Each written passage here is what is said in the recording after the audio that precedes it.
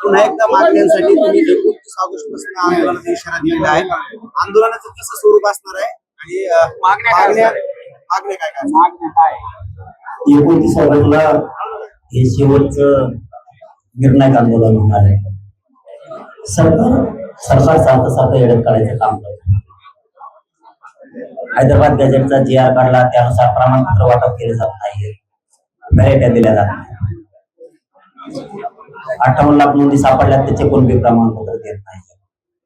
सातारा संस्थान, कोल्हापूर संस्थानचं गॅझेटियर, औंध पुणे आणि बॉम्बे गव्हर्नमेंटचं गॅझेटियर, हे आम्ही 3 वर्षापासून घ्या म्हणून सांगतोय, तेही घेतलं जात नाही. जाणून बुजून व्हॅलिडिटी तर सर्रास रोखल्या, काही कारण सांगू.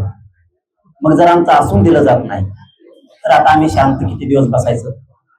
म्हणून फडणवीस साहेबांना सांगणं, तुम्ही हे का देत नाहीये, का तुम्ही गुन्हे मागे घेतले नाही, का तुम्ही EWच्या ACBCच्या पोरांचा ऑर्डर केला, का तुम्ही OBCचा JR काढला मराठ्यांसाठी सगळ्यांना सोयी सवलतीचा, तरीही तुम्ही त्या का लागू केल्या नाहीत.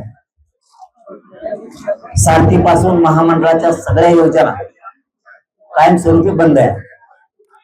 पंजाबराव देशमुखांची योजना बंद, पोरांना हॉस्टेल नाहीये, पोरांना परराज्यातल्या शिक्षणासाठी कुठल्या सुविधा नाहीये, फक्त सांगायचं आणि JR काढायचं.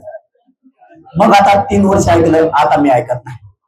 हे शेवटचं आंदोलन होणार आणि राज्यातल्या मराठ्यांना आवाहन केलंय की घराघरातल्या मराठ्यांनी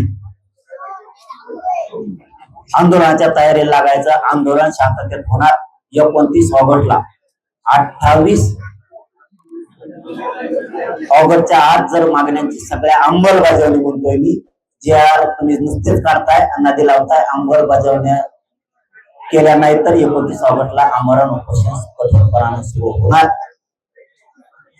निर्णायक आंदोलन होणार. त्याशिवाय आता माग आम्ही सर करणार नाही. जे होईल ते होईल. आता आम्ही तयारी ठेवू.